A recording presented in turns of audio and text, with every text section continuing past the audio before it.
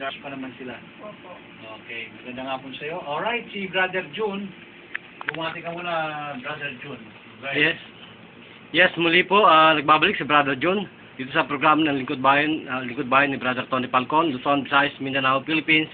Magandang hapon pong muli. Salamat. Alright, maraming salamat sa inyo. Tuloy-tuloy tayo dito po sa number 1 na programa sa radyo, Lingkod Bayan ni Tony Falcon. Mga kaibigan, tuloy-tuloy na po yung canvassing po ng party list ngayon. Pangilan kaya. Pero pasok po yung coke na po na pinatutugtog ko rito. Ha? Isang taong mong pinatutugtog yan coke na po party list. Maraming salamat po doon sa mga bumoto riyan. Oh. Alright. At congratulations sa lahat po ng mga nanalo diyan po sa party list. Congratulations din sa alyansa ng media at showbiz. Hindi lang ang mga po nanalo, pero kahit paano naman congratulate natin sila. Si Ulibre ang naaalagay sa PCSO. Salamat, PCSO. Masentro na ako. Marami pang natutulungan ko. Salamat po. PCSO. Pusong pa na. Alright, yan po mga kaibigan ng PCSO. Pusong Pilipino, pusong panalo. Yan. Tuloy-tuloy po tayo. Tuloy-tuloy tayo. Mga bagong practicomers natin. Napakarami yun. At siyempre, natural. Sabi mo dapat. Hanggat bakit nauli ito? Sana hanggang tama. June 3 o 2 ang kasuhan. Anyway, siyempre, kung may kasuhan sila late. Pero naka-ano na po sila. Kahit paano. Nag-enroll yan. Yan ang mga practicovers natin. Alright, tuloy-tuloy tayo. Nandiyan naman si Rapi Rico pala. Si Rapi Rico nasa linya. Standby Rapi Rico. Alright, Rapi, please come in. Ito ay magsasabuhan ng Durang Pausanic and Ribong Cutting ang House of Traditional Japanese Massage and Beauty Care Incorporated, Manila sa darating ng May 24 sa Kasalukuyan, Friday, sa ganap na alas 2 across the second level E.A. Fernandez Building, 25 Top Avenue, Malati, Manila, inside de La Salle University. Ang mga dadalo ay ang magdadalo at panauling pagdangal ay pinabibilangan ng 5 winners ng Miss Tourism Philippines 2013 kasama ang top 1 winner na siyang magkakat ng ribbon. Ang lahat po ay ng interesado ay isisitahang sumalo sa nasabing okasyon. Rapi Rico para sa CBS DWAD reporting. Alright, maraming salamat, Rapi Rico. Tuloy-tuloy tayo. Dito pa rin po sa ating programang Lingkod Bayan. Ayun.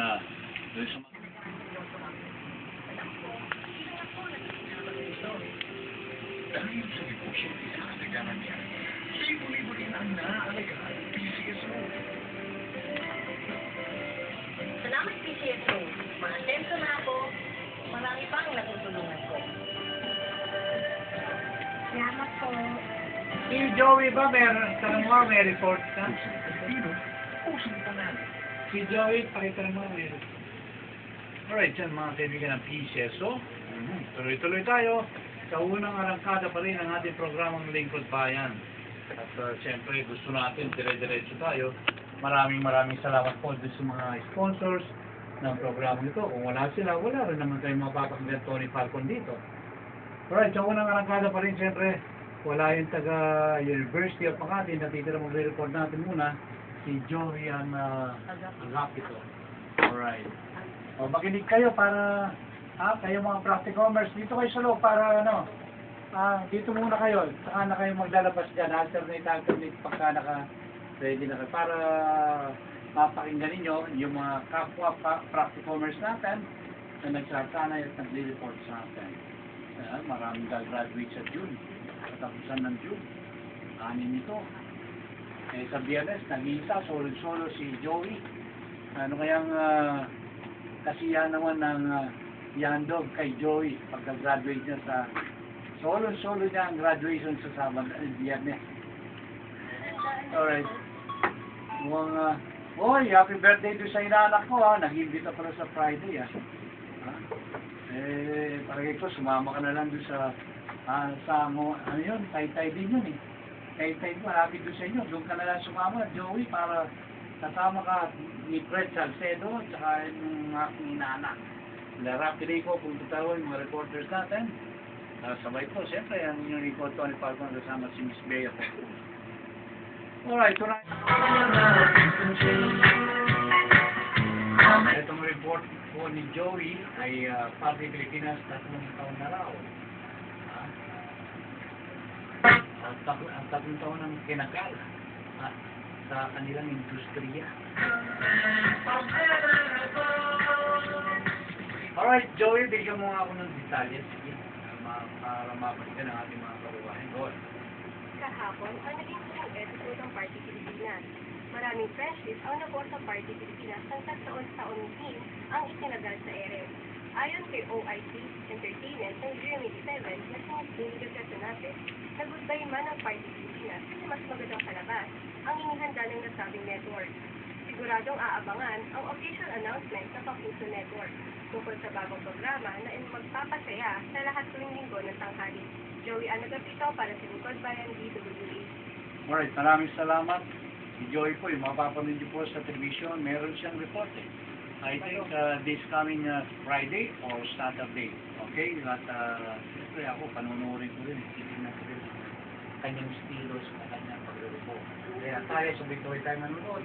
At araw ng Biyernes, mapapanood niyo po yung mga practicomers namin doon sa isang segment po ng Likod Bayan Choice, yung pinag-usapan doon tungkol po doon sa race bill, divorce, ganun pa rin yung ika nga pong yung same sex marriage. Na, ganda po ng kanilang mga opinion. Walang kinontra si Tony Falcon, basta humingi lang ako ng opinion ng bawat isang estudyante kung anong masasabi nila tungkol doon sa mga nabanggit natin.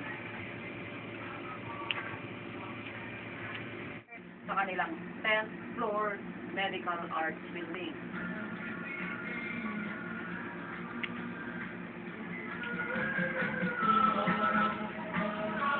Kayo pa rin po ay nakikinig sa programang Lingkod Bayan ni Tony Falcon Live. Dito pa rin sa Impilan Crusaders Broadcasting System DWAD 1098 kHz sa inyong salapitan ng mga radyo AM band. Kasama pa rin ang back-to-back na training OJTs from the University of Rizal System at University of Makati. Absent yung mga taga-UMAC ngayon. Welcome sa aming mumunting radio station sa mga bagong taga-URS. Good afternoon kay Madam Cecilia Villegas. Kahit hindi ka nakikinig ngayon, alam kong makakarating sa iyo ito. Good luck sa lahat ng mga estudyante, mga nanay, at ang DepEd, lalo na sa Brigada Eskwela na nag-umpisa na ngayong araw. Brigada Eskwela, nako, ang mga kailangan naman ang komunidad, ang chairman, lalo na yung mga establishmento na nakakasakop o malapit sa vicinidad ng eskwela, ay tumulong po kayo sa pagpintura naman o lilinis. Mag-donate po kayo sa mga kailangan ng eskwelahan para lalo pang mapaganda ang paligid, ang environment ng classroom, school, lalo na kung wala naman kayong masyadong pinagkakaabalahan ngayong weekdays, ngayong week, kasi nag-umpisa na ngayong araw ang Brigada Eskwela. Dito ba sa mga estudyante natin sa University of Rizal System, meron ba kayong brigada rin? Sige, salat kayo. Meron din kayong brigada? Naka-renovate lang po ng school po namin. Maganda yung school nila in fairness. Ikaw, nakita mo ng personal, Oo, makyat ako hanggang. Kasi, Hanggang 3. Hindi mo kakayanin, partner, ha? Pagka ikaw umakyat doon, magre-request bakit ka hindi ko naman kakayanin, donate ka ng elevator, escalator. Hindi, kakayanin ko yan. Basta nandun ako sa taas, pababa. Yun Walang lang. problema. Pero sa mga medyo nagkakaedad na, sigurado, partner, magtatawag ka ng katawagin mo sila Eli at saka si SK, may SK, elevator at saka si escalator. Anyway, yung mga panawagan po, ang panawagan ng mga kinatuwa ng Department of Education. Makiisa kayo sa kanilang brigada eskwela na taon-taon na ginagawa. Nawawalan ng mga papeles ng iba pa. 21 minutes before 2, tuloy ang programang Lingkod Bayan ni Tony Falcon. Psoriasis, Brother Jun. Psoriasis ang pag-uusapan natin ngayon. Regular si Brother Jun napapakinggan sa aming programa. 5 to 10 minutes ang kanyang allotted dito. Napag-uusapan natin ang iba't ibang mga sakit. Iba't ibang sakit na dumadapo, maraming maaaring nararanasan na ng ating mga kababayan. Ang iba siguro dito ay bedridden na dahil sa mga sakit na katulad ng napapag-usapan namin every week ni Brother John dito. Kung ikaw ay may interes sa mga isip na ganapan. At may rekomendasyon din si Brother John after ng kanyang paliwanag. Of course, alternatibo ito, Iba ho ang kanilang practice sa Western medicine. Pinapaliwanag po lamang namin ito. Siya ay nag-aral Yuizhuang therapy. Ang kanyang practice, ang kanyang master. May mga rekomendasyon ho si Brother John. Papiyawan nga natin ito, Brother John. Pakibigay nga yung kanyang, yung kanyang headset sa kanya para magkarinigan kami. Si Brother John, ayan. Pagka i-clinic ko ninyo sa YouTube yung Lingkod Bayan, madalas napapanood po ninyo si Brother Jun doon, At may mga naka-post doon, naka-upload ng mga pictures o kaya videos ng kanyang mga ginagamot o binibigyan lunas sa kanilang makaramdaman. Psoriasis, Brother Jun, saan ba nagmumula ito? Ano ba ang dahilan kung bakit nagkakaroon ng psoriasis? Ano ba sa Tagalog itong psoriasis, Brother Jun? Yes. Sakit sa balat ba ito? Yes, kasamang biya, ito yung pag lumabas na yung pathogen na tinatawag, yung bacteria talaga sa ating katawan. Ito na yung nagiging mas matindi pa sa eczema o sa mga chicken pox na tinatawag ng mga problema sa mga dermatitis sa skin. So talagang hindi na kayang lunasan pa ng kahit na steroid.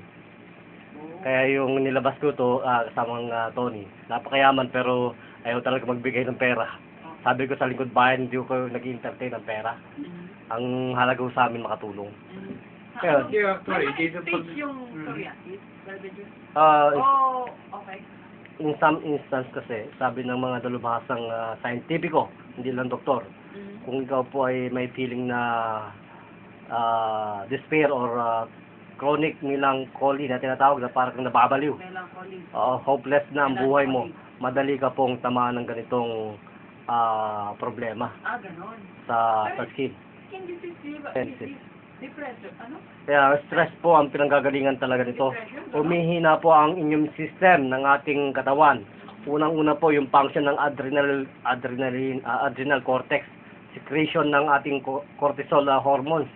Ito po yung isa pang hormones na yung pong suppressor ng immune system natin na nagkakaroon ng problema, humihina kasamang Tony. Kaya ito, kung tayo po ay laging tumatawa at laging lumingiti, palagay ko po magkakaroon tayo ng positive mental attitude. Ano ang mga posibleng sintomas nito, Brother Jun, paano ko ba malalaman kung yung nangangati, iba't iba ito yung tumutubo na sa aking balat ay psoriasis na ito, makatid. Napakakatid ito kasamang Bea, sapagkat yung mga pangangatid nito talagang sagana sa buong katawan natin, na kung saan kahit na yung ating tuktok ng ating mga buhok, yung parang sa dandruff ba, sobra pa doon, na talagang akala mo kaliskis na ng mga isda, mga kababayan, na talagang kumakapal ng kumakapal. Na kahit ka mag-inject ka pa ng tinatawag na steroid ng doktor, nandun pa rin. Talaga po kayo nabubulok na. Kaya nung nakita ko, Brother Tor, dito sa Green Hills, hindi namin pinag-usapan ng pera. Ang pinag-usapan namin. So paano, kadalasan lumalabas yung psoriasis na yan? Kadalasan po ito. Kadalasan po ito doon talagang sa hindi na nasisingawan, nasisikatan ng araw. Paano yun? Saan? Sa mga singit-singitan ho yan, nandyan. Kilikili, gano'n? Kilikili. Napakarami po na makikita natin yan. Buong katawan na ito, wala pong pinipili ito. Itong resembling fish scale nito, mga kababayan. Saka ang treatment po nito, dapat po malaman natin. Sapagkat kung hindi po natin malalaman itong treatment natin, at wala po kayong pabili ng steroid, kawawa po tayo na nakatira sa mga isolated area, sa mga bundok. Ang una po dyan na kasamang be, yung salmon, mackerel. Ito po yung sagana po ito sa omega-3 at saka sa fatty acid na tinatawag kasamang be. So, na kung saan, itong mga food therapy nito, pwede nating iligo ito kasamang be. Ito po yung, kung kayo po ay merong lime juice o lemon juice, ano po, at may celery pa kayo, pwede po natin ito maging pagkain at pwede po natin itong iligo. Kaya lang hapdi talaga. Tisin mo lang. Celery? Opo. Lemon juice, syempre, expected na yun. Kasi syempre, maasim-asim. Ang tinuturo kasi kasamang beya by intake lang. Pero hindi tayo limitasyon na kasamang tonic sa ganung sa mga scientific theory. So, sa pamagitan ng inyong kalaman, dito sa Joshua Therapy, sa pamagitan ng pag-therapy, nawawala po ba yung sakit na psoriasis na yan? Yes, kailangan po. Instant ba yan o hindi naman? Yung iba po talagang merong 5 seconds lang, talagang nasusunod na yung kanilang skill na tinatawag. Yung talagang structure ng kanyang skin, napaka namamasa-masa na para talagang kaliskis ng isda. Maya-maya, nagiging brilliant, nawawala na talaga. For about seconds lang. Kaya sinasabi nung mayaman na yun, Brother Jun, alin ba talaga ang powerful? Itong Joshua therapy o itong herbal therapy mo, food therapy mo, alin ba talaga? At hindi po yun ang strong sigat. Alright, balikan natin mamaya. Balikan natin si Brother Jun na pagkalipas lamang ng ilang paalala, balikan din natin ang ating mga trainees from the University of Rizal System.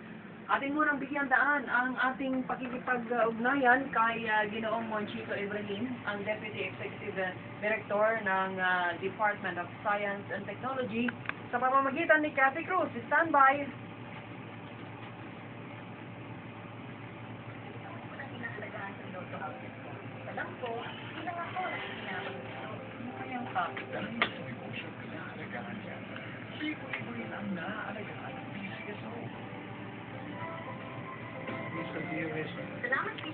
Saan ka pwedeng pasyalan o tawagan in case na meron pong nakikinig ngayon na gustong ikang imbitahin ka, di ba?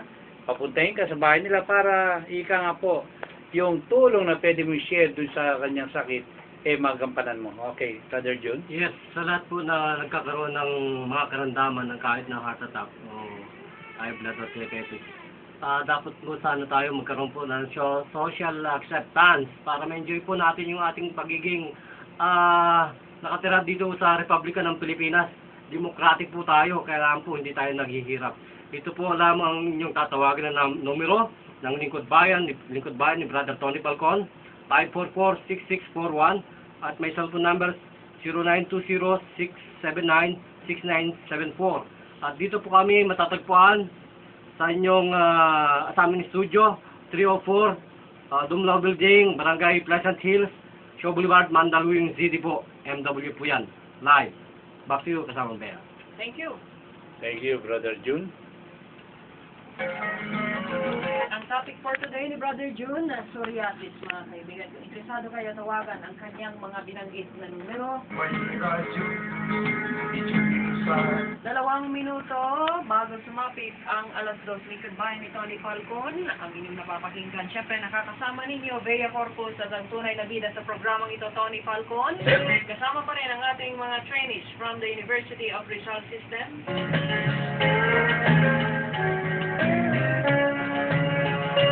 Siguro sa susunod na mga araw magkakaroon na tayo dito ng balitaan sa Lingkod Bayan at back-to-back na mga bosses ng ating mga trainees.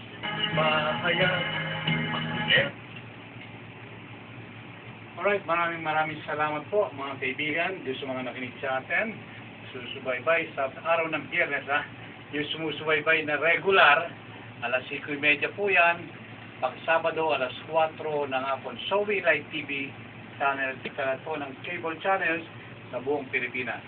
Mga kaibigan, ito ang inyong likod bayan, Tony Falcon. Alright, sa ngalan pa rin ng ating mga mobile patrollers at ng mga tagapagtangkilik at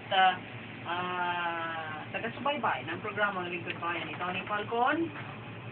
Don't forget to watch Lingkod Bayan ni Tony Falcon, the Zoe Live TV, Channel 33. Tuwing Biyernes, alas 5:30 ng hapon at tuwing Sabado, alas 4 ng hapon. Live TV Channel 33 at napapanood din sa lahat ng cable providers sa buong Pilipinas. Of course, maraming salamat sa pag-drop by at makakapiling na natin araw-araw ang mga taga-University of Rizal System trainees, mga journalism students. Si Hanilyn, si Jenny, si Leila, Jessica, Ronaline, Janina Sobel, at Jackie Ann, maging sa kanilang nadat-nata dito, si Joey Ann Agapito.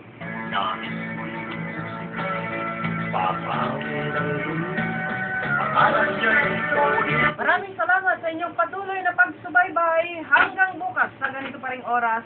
Bea Corpus po lamang, Diyos Tiagnina, kada kayo anin.